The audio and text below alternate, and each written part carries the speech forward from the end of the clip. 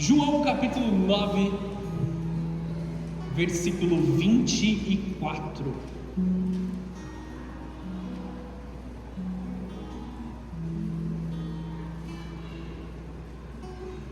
O texto diz assim: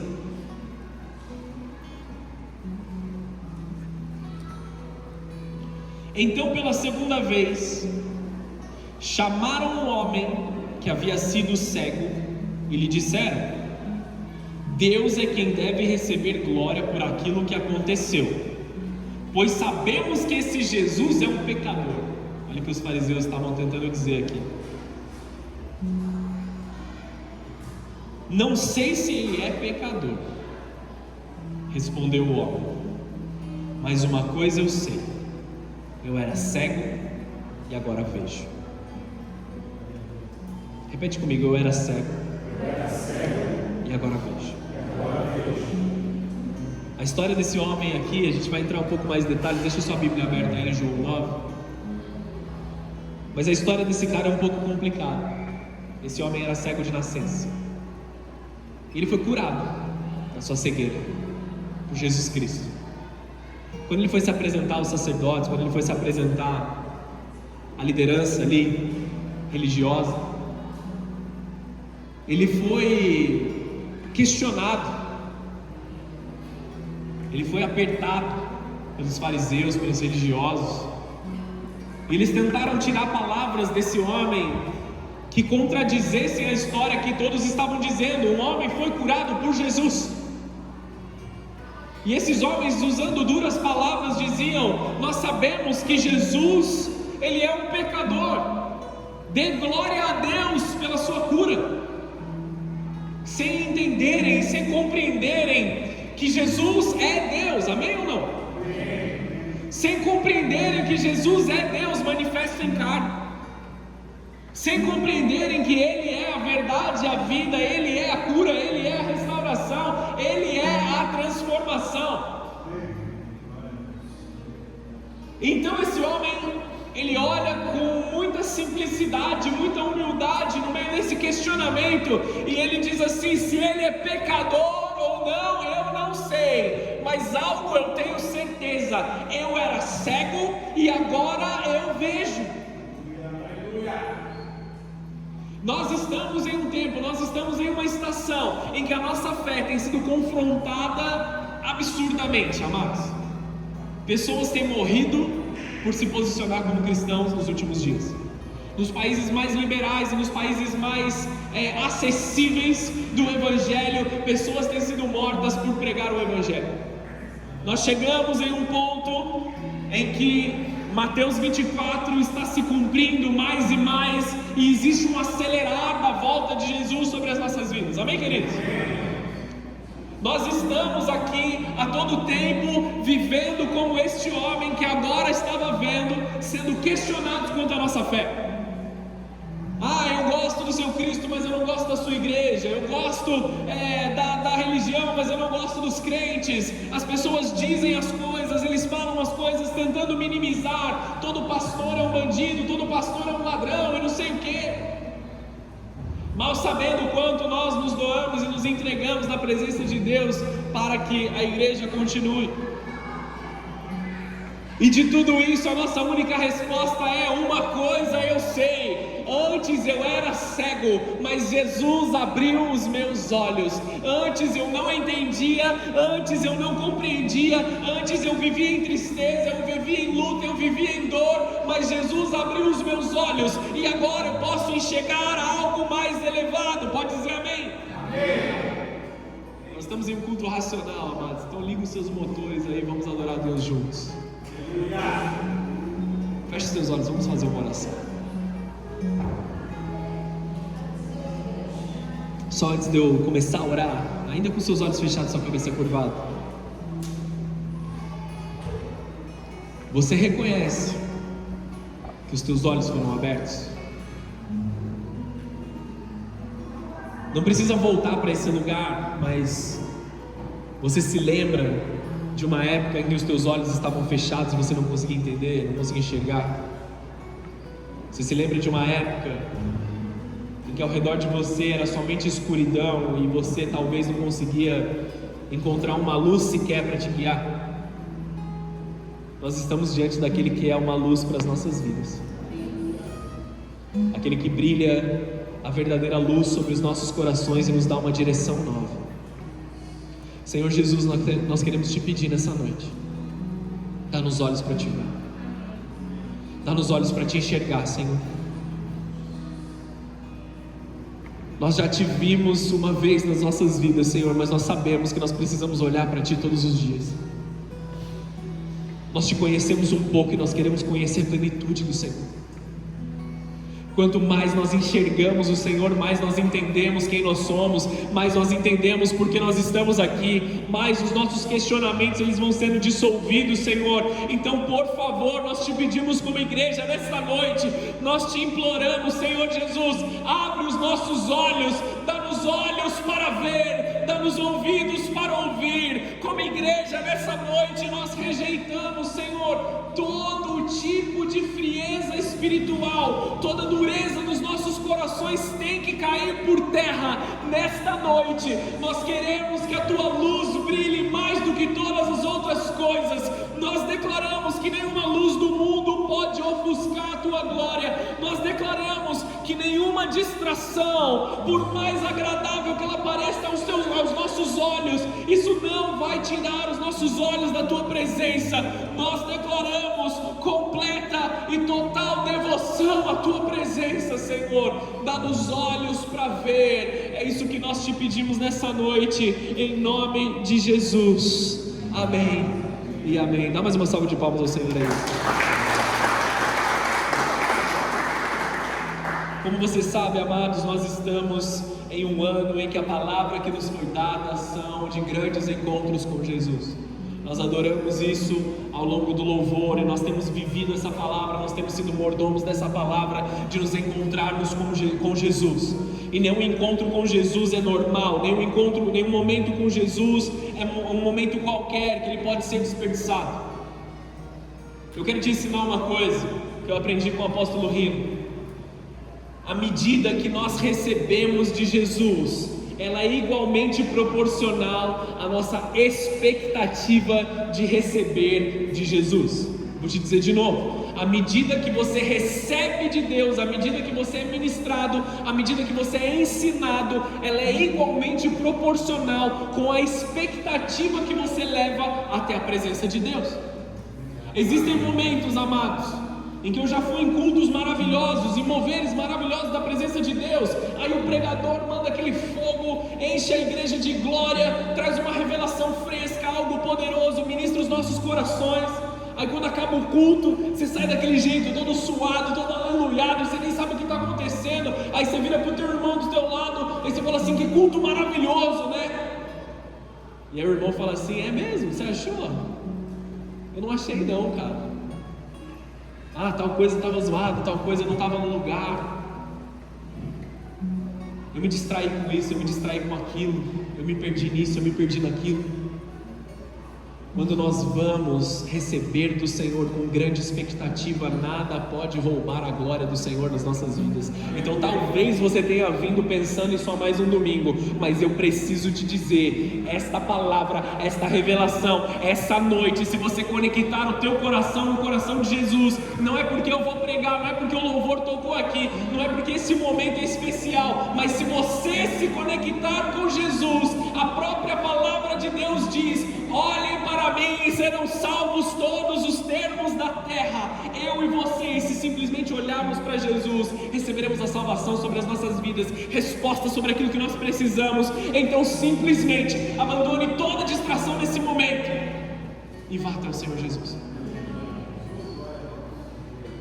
Quando Jesus cruza o seu caminho, Ele te muda, Ele te transforma. Quando Jesus encontra a enfermidade, a cura aparece. Não existe situação que Ele não possa mudar, não existe circunstância que Ele não possa transformar. Basta estar na presença dEle. Senhor, muda a nossa situação nesse momento. Toca as nossas necessidades, Senhor Jesus. Toca a nossa vida, faz uma mudança, faz uma transformação. Eu não conheço as demandas dos teus filhos aqui, Senhor, mas impossível que nenhum deles tenha algo para entregar na tua presença. Eu te peço, Senhor Jesus, transforma a nossa situação, transforma a nossa sorte, muda a nossa visão, muda o nosso jeito de olhar para as coisas. Se nós estamos cegos, fala conosco, abre os nossos corações. Nós precisamos, Senhor, da tua palavra. Nós precisamos da tua glória, em nome de Jesus, em nome de Jesus. Eu não sei vocês, amados, mas eu valorizo muito a minha visão fisicamente falando, amém? Eu valorizo muito o fato de eu poder ler, de eu poder enxergar fisicamente falando. Eu não sei como eu viveria a minha vida se eu fosse cego. Na verdade, nem quero saber, amém? Não quero nem pensar muito nisso. Muitas das coisas que nós temos, que Deus nos deu, nós não valorizamos logo de cara. Nós custamos a valorizar algumas coisas e nós valorizamos, infelizmente, algumas delas depois que nós perdemos. E você está olhando para mim, você está vendo que eu uso óculos. Houve uma época que eu enxergava melhor do que eu enxergo hoje. Estou ficando velho, a idade está passando e a visão está diminuindo. Como é o caso de uma grande maioria aqui da igreja. A gente pode passar um olho assim e ver um monte de gente de óculos. É normal, faz parte do dia a dia. E nós precisamos valorizar, amados, não somente a nossa visão física aqui que nós podemos enxergar, mas o fato de nós podermos nos conectar com Jesus. O fato de nós podermos receber mais de Jesus. Eu estou falando mais da visão nesse momento. Só que todos os nossos sentidos, tudo que está em nós, precisa ser para nós nos conectarmos com Jesus. A nossa audição, a nossa boca, mesmo até o nosso olfato, tem que ser para nos conectarmos com Jesus. Todos os sentidos nos dão alertas de coisas boas e de coisas ruins. Você já entrou num lugar onde você sentiu um cheiro esquisito, você não queria ficar nesse lugar? Talvez tenha acontecido com você várias vezes. Os nossos sentidos, eles nos dão alertas. E alertas não podem ser ignorados. Nós não podemos deixar de valorizar aquilo que Jesus já falou conosco, principalmente os alertas do nosso espírito. Quando enxergamos coisas que nós não deveríamos enxergar, ou olhamos para coisas que nós não deveríamos olhar. Deixa eu te pastorear agora. Será que você não tem gastado muito tempo e você não tem gastado a sua visão que foi feita para contemplar a glória de Deus, contemplando coisas que elas não são feitas por Deus, para dar glória a Deus?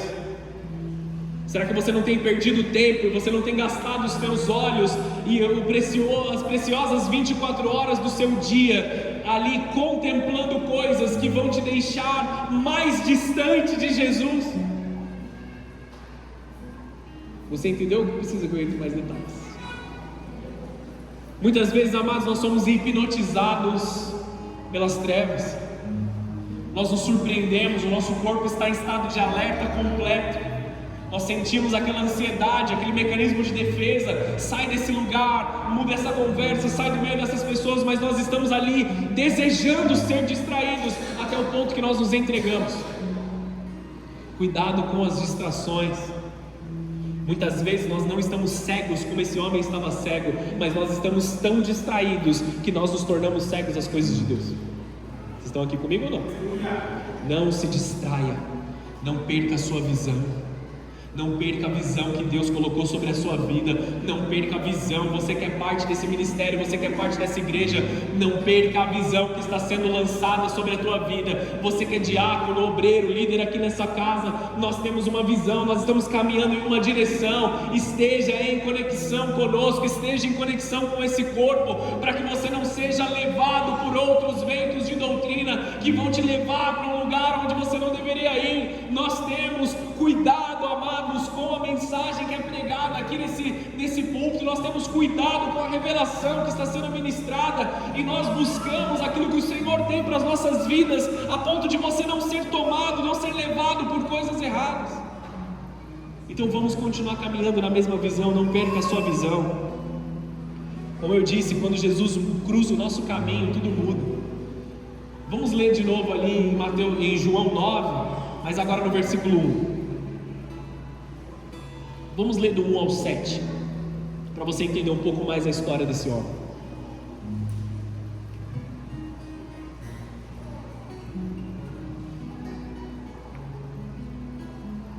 João 9, versículo 1. Enquanto Jesus caminhava, Jesus viu um homem cego de nascença. Seus discípulos perguntaram: Rabi, que quer dizer mestre, por que esse homem nasceu cego? Foi por causa de seus próprios pecados ou dos pecados dos seus pais? Jesus respondeu: nenhuma coisa nem outra. Isso aconteceu para que o poder de Deus se manifestasse na vida dele. Devemos cumprir logo as tarefas que nos foram dadas por aquele que me enviou. A noite se aproxima, quando ninguém pode trabalhar. Mas enquanto eu estou aqui no mundo, eu sou a luz do mundo. Depois de dizer isso, Jesus cuspiu no chão, misturou a terra com uma saliva e aplicou-a nos olhos do cego.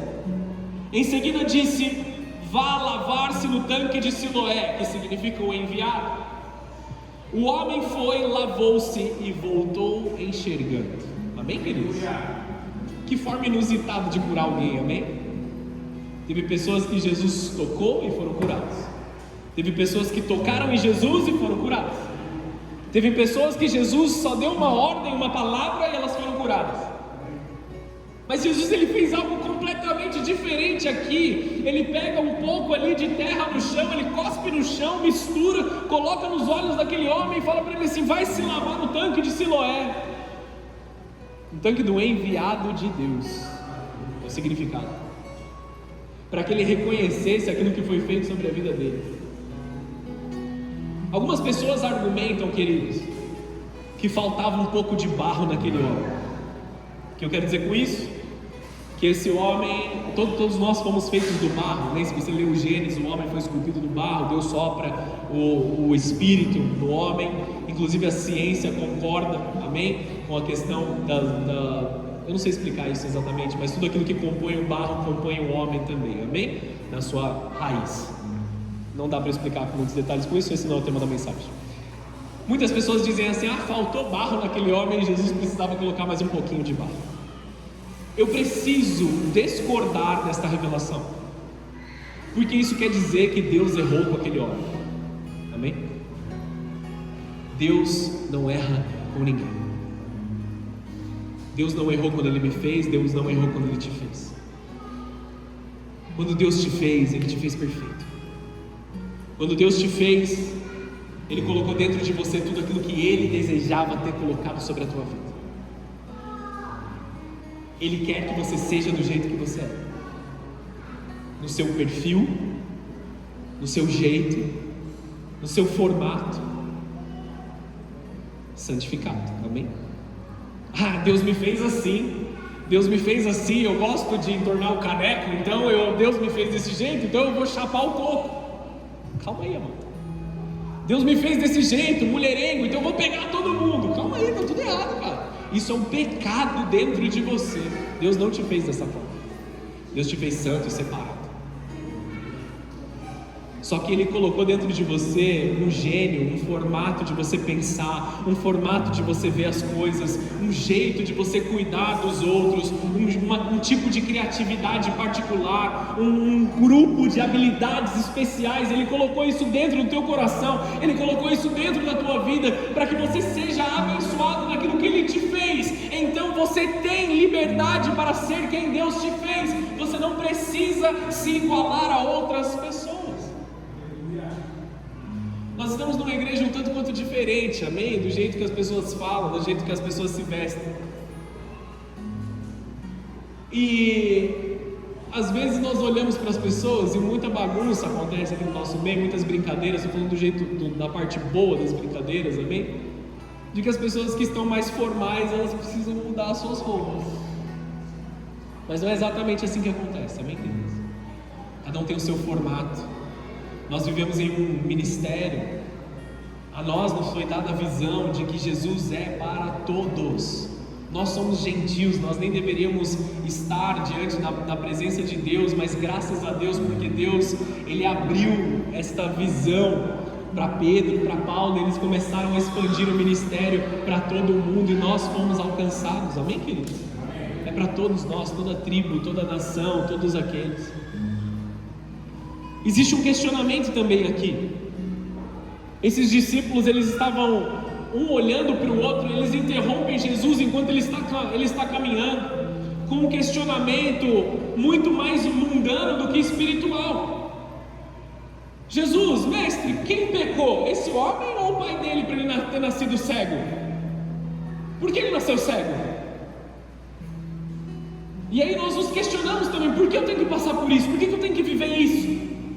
Por que eu estou com essa dificuldade? Por que eu enfrento esta dificuldade? Algumas das suas dificuldades você sabe que são por causa das suas escolhas, amém ou não? Amém.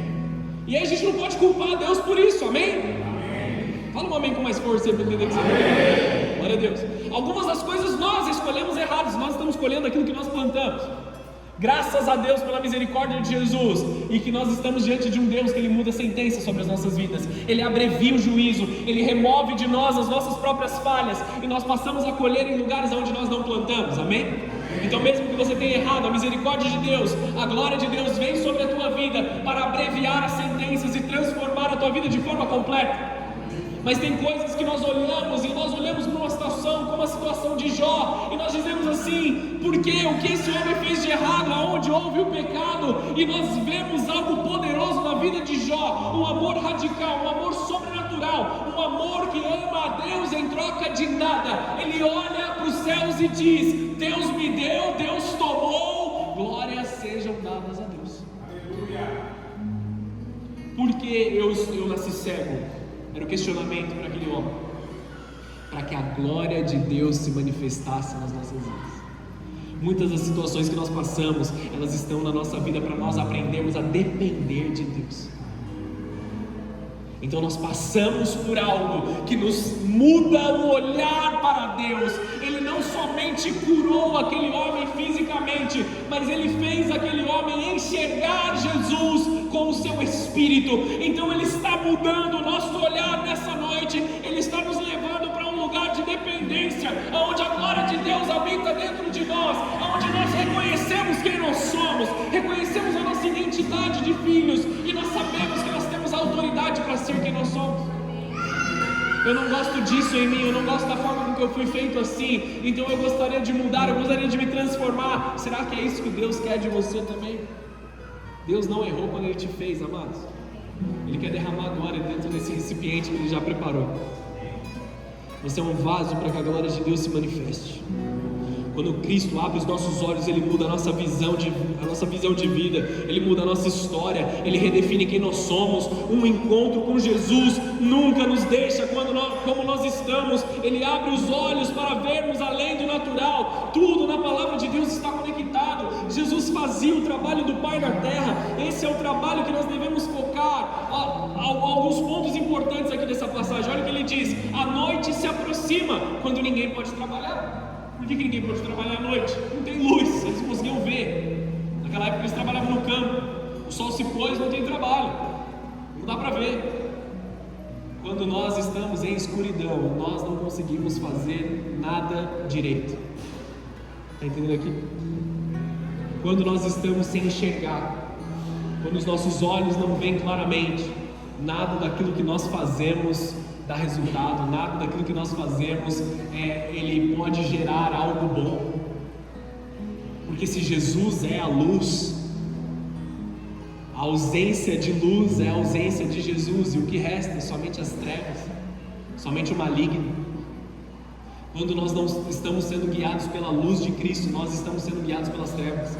Não existe meio caminho, não existe um pouquinho de luz, é ou luz ou trevas.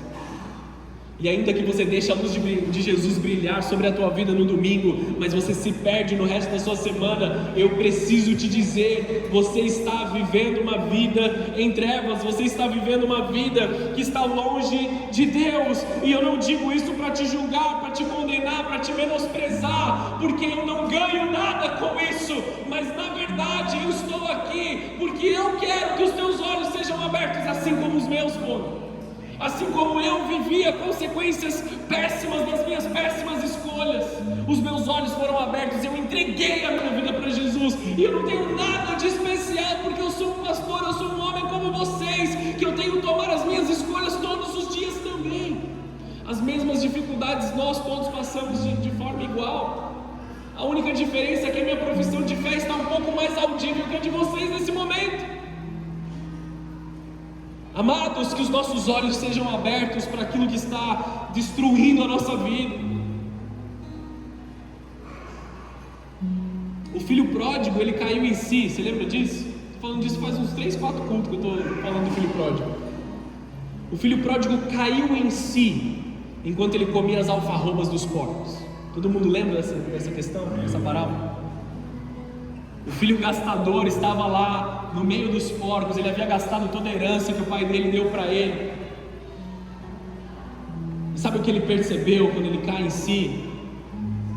Que ele havia decidido, ele havia escolhido comer as alfarrobas dos porcos. Era uma escolha dele estar naquele lugar. E ele fala assim: eu vou voltar para a casa do meu pai. Uma outra escolha, uma escolha diferente. Você quer mudar as coisas ao seu redor, você precisa tomar uma escolha diferente. Eu vou voltar para a casa do meu pai, onde tem alimento. Eu vou voltar para a casa do meu pai, onde tem cuidado, onde tem carinho, onde a bênção de Deus está sobre a minha vida. A noite se aproxima quando ninguém pode trabalhar. Enquanto eu estou no mundo, eu sou a luz do mundo, é o que Jesus está dizendo sobre as nossas vidas.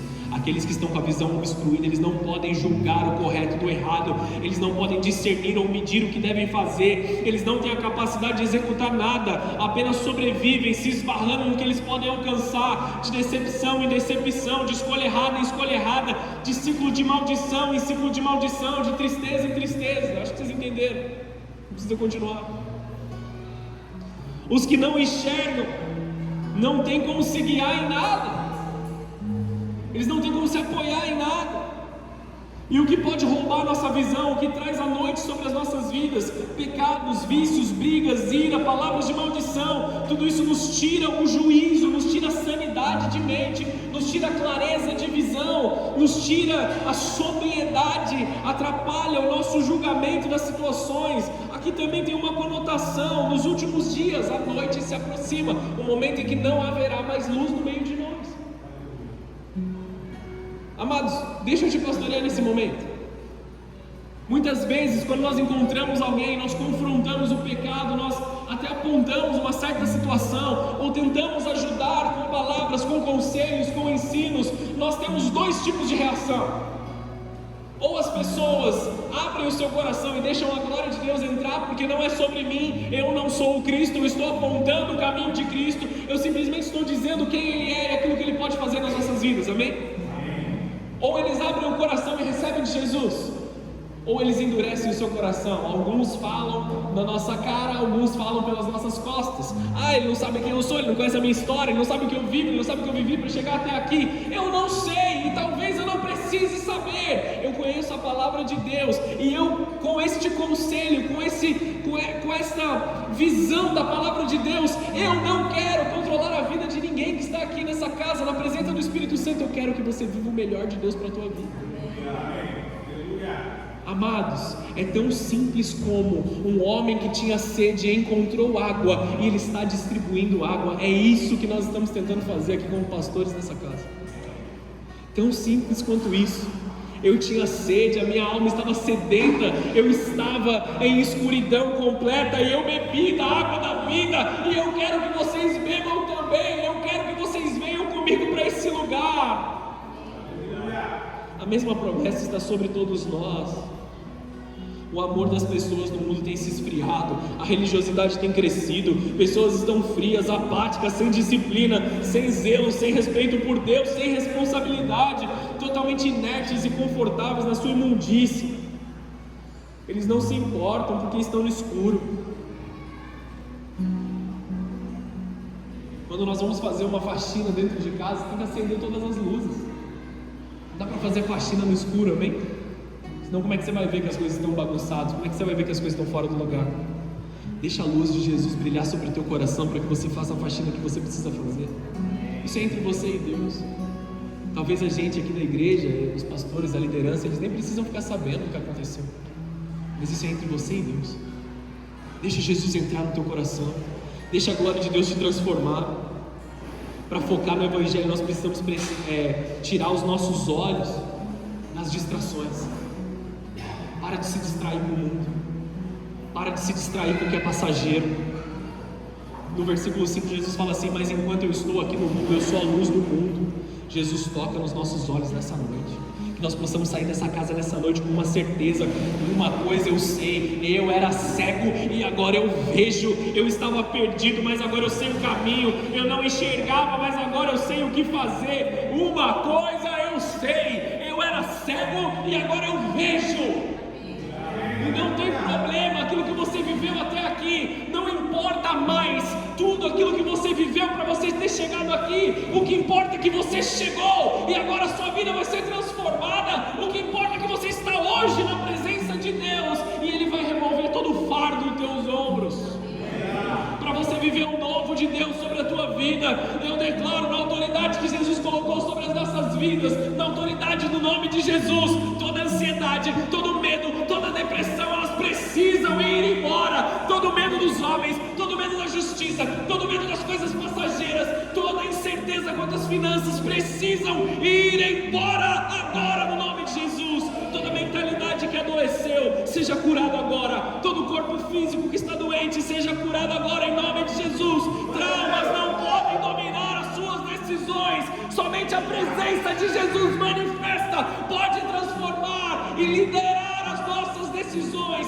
Ser tocado no teu espírito, ser tocado no teu corpo, ser tocado na tua alma de forma completa agora. Sopra Espírito Santo sobre essa casa.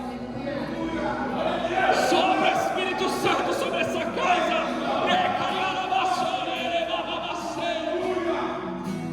Abre os olhos dos teus filhos, Senhor. Abre os olhos do coração dos teus filhos. Nós declaramos aqui: toda dor da alma seja curada agora. Todos os sentimentos, Senhor, que estão fora do lugar, nós declaramos que se aquietem diante da presença de Deus.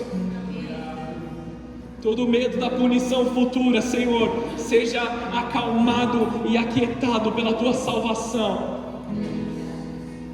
Todo trauma do passado, Senhor, seja destruído pelo teu santo perdão aqui nessa noite. Em nome de Jesus. O seu lugar de dor e de sequidão, assim como Agar, que teve seus olhos abertos por Deus e viu água ao seu redor, eu declaro sobre a tua vida que água estará brotando no seu lugar de sequidão. E aquilo que você não enxergava, você vai passar a enxergar. Através do sangue de Jesus que nos perdoa, que nos transforma. Em nome de Jesus. Vamos para mais um texto? Você aguenta mais um pouquinho comigo? Que bom, porque eu estou só começando. Abra sua Bíblia comigo. Em 1 Coríntios capítulo 4, versículo 15.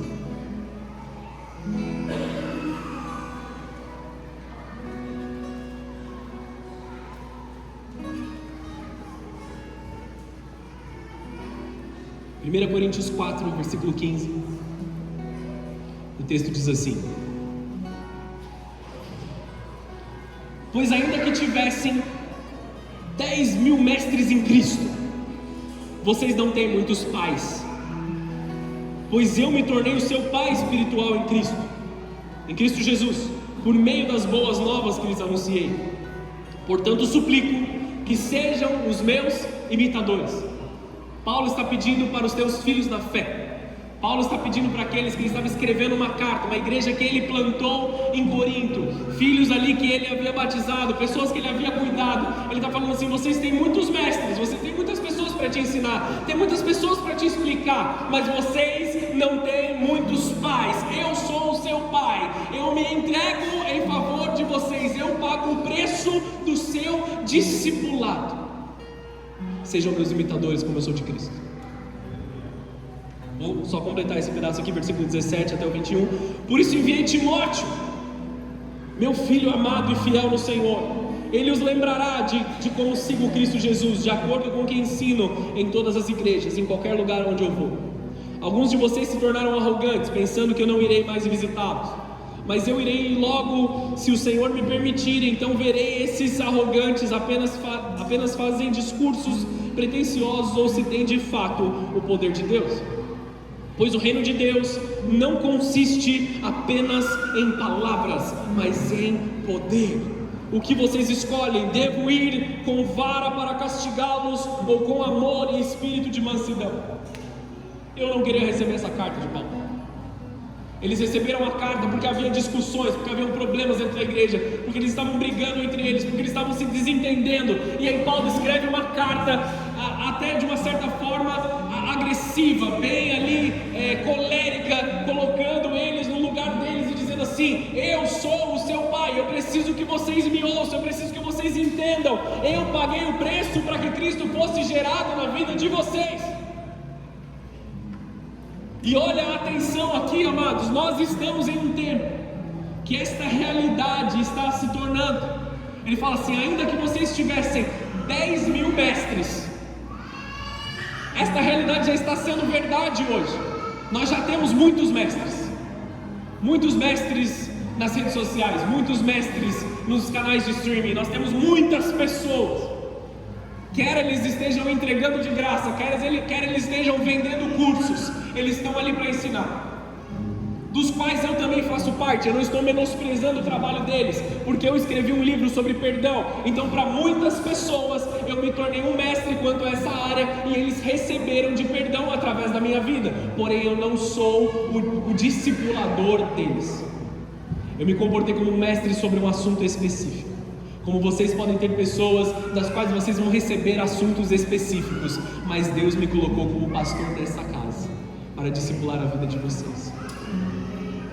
E eu não digo isso somente por ser o pastor aqui e esperar algo em troca, mas simplesmente por dizer que existem pessoas que estão pagando o preço para que tudo te vá bem, para que as coisas aconteçam sobre a tua vida, que estão te aconselhando, te ensinando na presença de Deus, e eles estão formando outros discípulos. Isso é um convite para o discipulado mais íntimo, é um convite para você não se desvencilhar da tua paternidade espiritual. Mesmo que você tenha muitos mestres, mesmo que você tenha muitas pessoas ao seu redor te ensinando, estejamos conectados para que você se torne o próximo Timóteo, como eu me tornei Timóteo num tempo. Timóteo sem Paulo, ele não iria muito longe, mas conectado de Paulo, imitando a Paulo, ele se tornou um outro discipulador. Vocês estão aqui ou não? Ainda que vocês tenham muitos mestres, vocês têm poucos pais. Paulo lembra, eles tinham muitos mestres, mas poucos pais espirituais. O discipulado não é apenas o ensino, ele é paternidade, ele é cuidado, ele é continuidade. Deus nos conecta com pastores e discipuladores que cuidam genuinamente do nosso crescimento espiritual. O discipulador vê em nós o que ainda não vemos e nos ajuda a abrir os olhos para a vontade de Deus. Paulo foi um pai espiritual para Timóteo. Ele o enviou no tempo certo. Ele o enviou para viver grandes coisas, amados. Assim também nós precisamos valorizar os nossos pastores locais.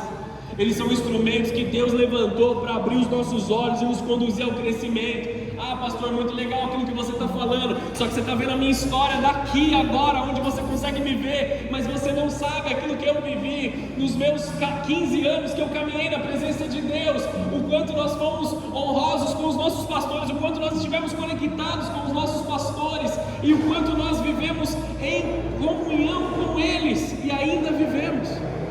Ontem à noite mesmo eu tive uma dúvida quanto a algo que eu deveria fazer, e aí logo o Espírito Santo falou assim: sabe com quem você precisa falar? Com o seu pastor. Ele já passou por isso, você não lembra? Você estava com ele. É verdade. Estou só esperando chegar amanhã para ligar para ele. Queridos, nós precisamos estar conectados com aqueles que são com aqueles que Deus colocou para ser discipuladores. Não tem nada de errado, amados, vocês receberem palavras de outros pastores, não é isso que eu estou te dizendo. Não tem nada de errado de você entrar no YouTube, receber uma mensagem poderosa e num culto ali receber algo, mas não troquem a mesa da tua família por algo que vai ser apenas passageiro. Não troquem algo ali que foi preparado e feito para te abençoar por algo que você não pode dar continuidade. Discipulado é continuidade. Amém, queridos? E aí nós precisamos estar com os olhos fixos em Jesus e nas suas promessas. Colossenses 3, no versículo 1, eu vou ler rapidamente aqui, o texto diz assim: uma vez que vocês ressuscitaram para uma nova vida com Cristo, mantenham os olhos fixos na realidade do alto, onde Cristo está sentado no lugar de honra, à direita de Deus. Pensem nas coisas do alto e não nas coisas da terra, pois vocês morreram para esta vida e agora a sua verdadeira vida está escondida com Cristo em Deus. A nossa vida verdadeira está escondida e protegida em Cristo. Ninguém pode roubá-la, amados. Nós temos a segurança eterna e identidade firme em Cristo, não mais nas circunstâncias. Ter os olhos abertos por Cristo é mudar a perspectiva, é mudar a forma com que nós vemos, e aí nós permitimos que a nossa imaginação seja santificada, que a nossa forma de caminhar seja santificada, que as coisas mudem ao nosso redor. Nós somos, segundo a palavra de Deus, nós somos compostos por 3 coisas, amém? Nós somos compostos pelo corpo, pela alma e pelo espírito, tá bom? Quando nós morremos, o nosso espírito volta para Deus, o sopro de vida volta para Deus. O nosso corpo fica aqui na terra e a nossa alma recebe o juízo eterno, amém? No caso, ou vai para o céu ou vai para o inferno, também não existe um meio termo, amém ou não? Vocês estão até isso, vocês entendem aqui. O ser humano foi criado por essas coisas, por essas 3 coisas. Assim foi o projeto de Deus para nós. Quando alguém nasce de novo, ou nasce no Espírito, nós não somos mais somente inclinados à vontade carnal do nosso corpo, mas agora nós temos uma conexão com o Espírito de Deus através do nosso Espírito. Muitos que vivemos longe da presença de Deus, estávamos vivendo uma vida apenas considerando que nós éramos compostos por corpo e por alma, e o nosso espírito estava como que dormente, amém até aqui? E aí nós conectamos o nosso espírito com o Espírito de Deus.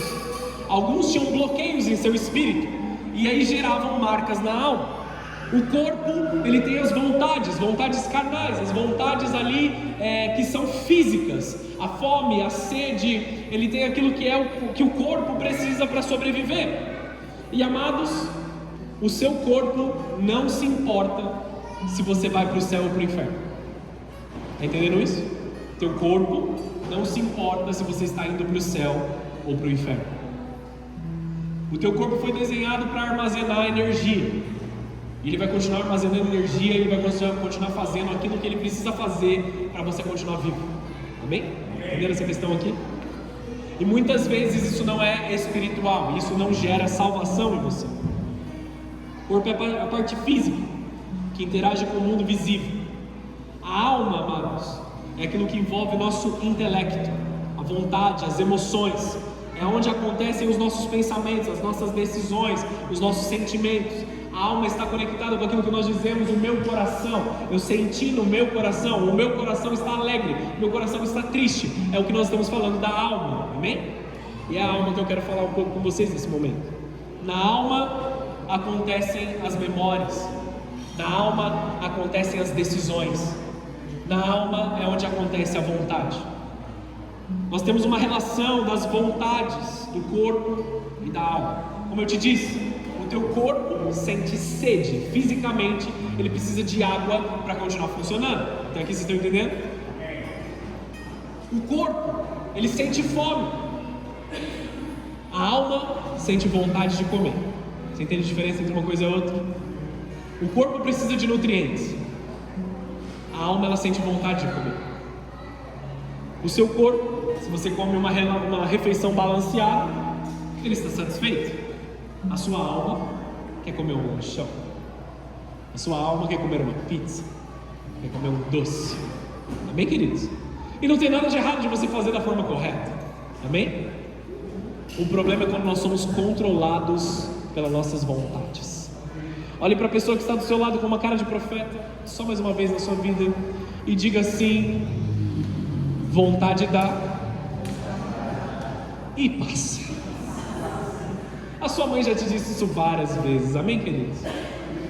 A questão é que nós, pelas nossas próprias vontades, nós somos levados a destruir a nossa vida. Nós somos levados a destruir as coisas. Um homem casado, ele pode ter vontades de fazer coisas que não agradariam a sua esposa, tipo deixar a toalha na mesa, na cama, toalha molhada na cama. Tentei dar uma amenizada daquilo que eu estou falando, porque temos crianças aqui, mas você entendeu muito bem do que eu estou falando. Um homem, ele pode ter a intenção errada com o seu próximo. Uma mulher pode ter uma intenção errada com o seu próximo, ter uma vontade errada. E as vontades não podem dominar o nosso destino, amém, amados? Amém. Quando os nossos olhos se abrem, nós entendemos que a nossa alma precisa estar em conexão com o Espírito de Deus também. Nós somos recipientes da glória de Deus nas nossas vidas. Nós precisamos ter uma fé consciente, uma fé constante, uma fé dinâmica e uma oração eficaz. A oração eficaz, ela acontece pelo cristão. Ele se baseia na palavra de Deus, ele crê de todo o coração que já recebeu, ele persevera até ver a manifestação. Porque Marcos capítulo 11, versículo 24 diz o seguinte: digo-lhes que se crerem que já receberam, qualquer coisa que pedirem em oração lhes será concedido. Acho que você não entendeu. Vou ler de novo o texto para você entender. Marcos 11, 24 diz assim: digo-lhes que se crerem que já receberam, qualquer coisa que pedirem em oração lhes será concedida. Amém ou não? Amém. Amados, se nós cremos que nós estamos pedindo, nós receberemos. O problema, amados, quando o mundo e a escuridão tocam a nossa alma, tocam os nossos sentimentos, a nossa imaginação fica doente. Então nós oramos, e logo depois que nós terminamos de orar, nós damos uma desculpa. Ah, mas se Deus também não quiser curar, está tudo bem. Isso aqui é uma cruz que eu tenho que carregar. Vocês estão entendendo como isso não tem nada a ver com o Evangelho? Nós damos desculpas para a nossa falta de fé. Nós damos desculpas para a nossa falta de disciplina espiritual. Nós damos desculpas para não buscar mais a Deus. Amados, nós precisamos viver uma fé genuína, e muitos de nós estamos caminhando para cima e para baixo dizendo: ah, eu estou doente, ah, eu estou cansado, ah, eu estou fraco, ao invés de dizermos assim: Deus está me curando, Deus está me fortalecendo, Deus está me renovando. Nós precisamos mudar a nossa forma de pensar, as palavras que saem da nossa boca, orar com expectativa, sem duvidar, continuar confessando até que a realidade espiritual se manifeste no mundo físico. Deus coloca no coração dos seus filhos uma visão interior,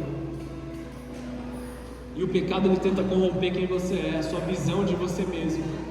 Mas Deus está derramando sobre a tua vida uma imagem daquilo que Ele te fez, com o propósito que Ele te fez. Essa imagem, amados, esse destino, ela é como uma incubadora de fé na sua mente, na sua imaginação. A imaginação santificada, quando alinhada com a palavra de Deus, torna-se uma ferramenta espiritual poderosa. Quando você orar por cura, por provisão, por direção, visualize a sua resposta. E eu posso te ensinar uma coisa profética que você tem que fazer todos os dias. Talvez você esteja passando por uma dificuldade, talvez você esteja passando por uma dor, mas não ore dizendo: ai Deus, que dor, ai Deus, que dificuldade. Deus, obrigado pela tua cura, porque o Senhor é fiel e justo para fazer a tua vontade se cumprir na minha vida. Deus, obrigado, eu não tenho agora, mas eu sei que as portas do emprego estão se abrindo. Deus, obrigado pela tua fidelidade. Eu sei que o Senhor é bom, eu sei que o Senhor é fiel, e eu sei que vai ser liberado sobre a minha casa, sobre a minha família. Eu e a minha casa seguiremos ao Senhor. Uma confissão, uma declaração sobre a tua vida. E aí, quando nós estamos entristecidos, qual é a primeira coisa que nós não temos vontade de fazer? Nós não temos vontade de orar. Apareceu uma tristeza, a primeira reação é: hoje eu não estou a fim de orar, hoje eu não estou a fim de ler a Bíblia. Porque você sabe que em Deus, ou na verdade a sua alma que está entristecida, sabe que o remédio para a dor da tua alma, para a tristeza da tua alma, está na palavra de Deus. De novo, muitas das dores que nós passamos, nós escolhemos passar. Nós precisamos ir até a presença de Deus que nos cura, que nos transforma. Romanos 4,17, Deus diz que Deus chama à existência as coisas que não existem. Não adianta orar e depois falar o contrário. A confissão precisa estar alinhada com a oração e com a visão que Deus te deu. Devemos declarar diariamente a palavra de Deus e as promessas já recebidas. Nós precisamos cooperar com o Espírito Santo, receber as promessas do Senhor sobre nós. O último texto e eu encerro aqui, amados. Muito obrigado, vocês são muito legais. Salmos 121, versículo 1. Começamos o culto com esse salmo, terminamos o culto com esse salmo.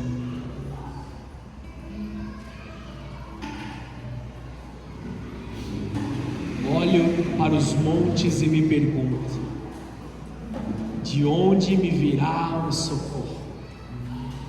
O meu socorro vem do Senhor, que fez os céus e a terra.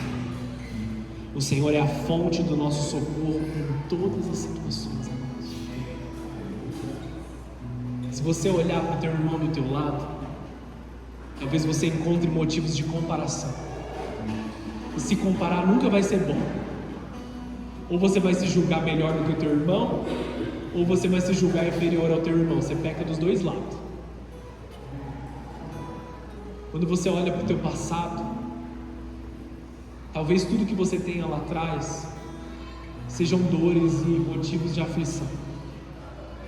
Ou talvez você olhe para um passado feliz e você tenha uma melancolia de olhar para as suas dificuldades do dia de hoje, preso demais no teu passado. Se você olhar para a tua frente, você vai encontrar as suas dificuldades, e elas precisam ser enfrentadas olhando para frente. Não vou te dizer que você não precisa olhar para frente, mas acima de tudo isso, você precisa olhar para o alto. Elevo os meus olhos para o Senhor, levanto os meus olhos para os montes, levanto os meus olhos para os lugares altos, levanto e mantenho os meus olhos nos lugares altos, mantenho o meu pensamento em coisas altas, mantenho a minha expectativa em coisas altas. Se você olha para as notícias, se você olha para as coisas que estão passando, para as suas redes sociais, você provavelmente vai ser levado a ser tentado em várias das áreas. Não estou dizendo para abolirmos essas coisas, mas que você tome cuidado ao manejá-las. Se você não olhar para o alto, você será distraído, você será roubado, você será diminuído. Olhe para o alto monte, tira os olhos de dentro de você, tira os olhos do eu sou isso, eu sou aquilo, tira os olhos da sua limitação e deixa o Senhor Jesus abrir os teus olhos nessa noite. Aleluia. O Senhor Jesus começa a tocar os teus olhos, amados, nesse momento. Ele começa a tocar os teus olhos. Ele começa a colocar a tua presença na tua vida. Ele brilha sobre a tua vida, Ele brilha sobre o teu coração. Ele nos dá segurança e identidade, Ele nos dá socorro constante, Ele nos dá uma fé sustentada e completa em nós, Ele nos dá uma esperança eterna acima das circunstâncias, Ele nos dá clareza espiritual em uma vida iluminada pela presença de Deus. Feche os teus olhos nesse momento, abaixa a sua cabeça. Nós vamos orar aqui.